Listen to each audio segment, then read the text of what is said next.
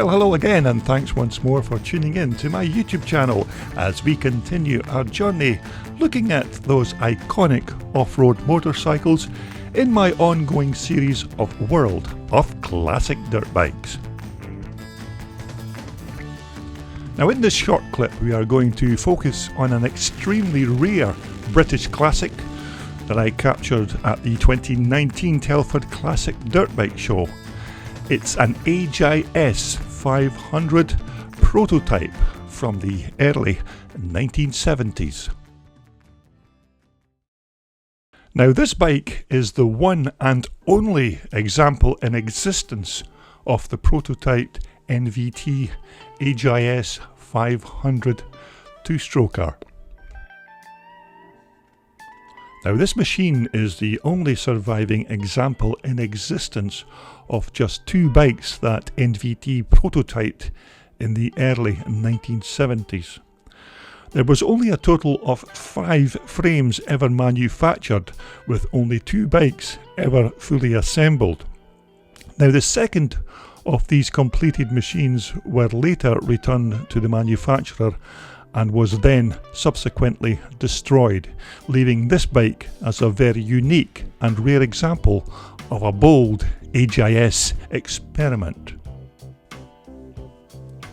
Now the frame and engine is basically an upgraded version of the AJS Stormer Star Maker bike using the Villiers two-stroke Star Maker motor and that very light and superb AJS Stormer frame. Now some of the unusual features about this machine were the rubber engine mountings, which reduced vibrations and made the engine very smooth when it was actually running. Now you may remember Norton used these very same isolastic rubber mountings on their iconic Norton Commando road bike during the 1970s. Now when it comes to the front suspension on this very unique prototype, I'm unsure as to the make of the front forks, although they do look at first glance like Italian Serianis.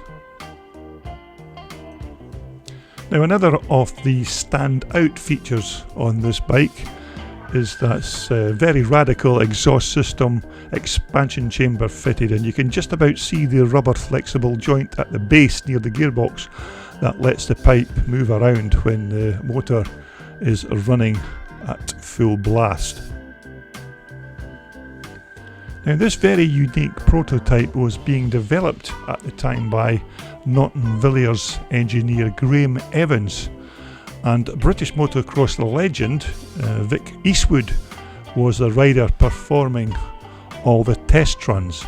Now the engine reportedly developed about 47 brake horsepower, and allegedly they say it had a really good broad spread of power and made the motor very smooth in operation. Although sadly this machine was never ever put into production because at the time the Norton Villiers company was in very serious financial trouble, and any future developments of this bike were then stopped dead in its tracks.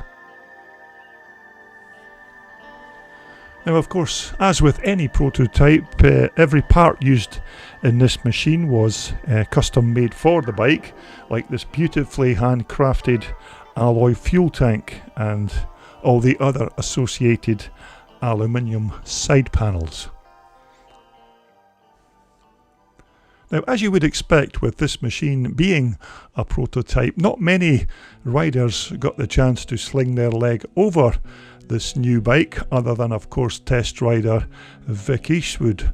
But the story goes that Vic Eastwood rode this bike at Caldwell Park in December 1972 and actually won both races on it on the day.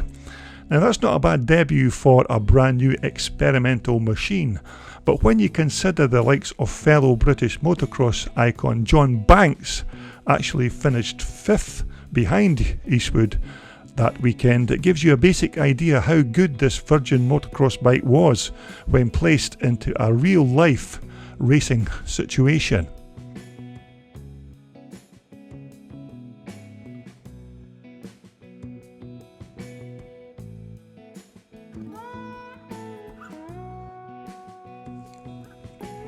Now, NVT, or Norton Villiers Triumph, intended to further develop this bike and had various ideas in the pipeline, including water cooling this Villiers motor with a water-cooled barrel and head, although none of these ideas were ever tried or tested. Now, one of the attractive things about this old British classic is that nearly all the parts on the bike, other than of course the front and rear mudguards, are all made of good old-fashioned metal.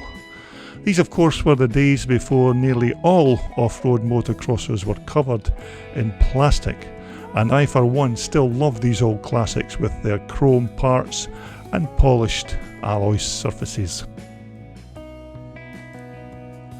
Now, in what particular year this bike was manufactured, I'm not really sure, but I'm almost certain it was the early 1970s, because soon after this bike was built, Fluff Brown, who was a member of the AJS Stormer development team, bought the AJS company from the doomed Norton Villiers firm and moved production out into the English countryside near Andover. Now, make no mistake about the rarity of this featured machine, because with only 2 bikes ever being produced, it's a wonder that this bike was ever saved at all, especially when you consider the other machine was destroyed by the bike's manufacturer, which of course leaves this particular machine as the only one in existence on the planet. But stay tuned to my YouTube channel for a more detailed and comprehensive updated video on the manufacture of this very rare classic machine. So thanks again for taking the time to watch these rare classic dirt bikes here on my YouTube channel, and I hope you find this and some of my other videos interesting and informative. And if you like what you see, please hit the subscribe button to see more of these iconic classic dirt bike motorcycles. This video was brought to you in association with Love Sport Motocross Race and Leisure Wear, and also in association with VMX Magazine, the world's undisputed #1 publication for all your vintage and classic dirt bike motorcycles.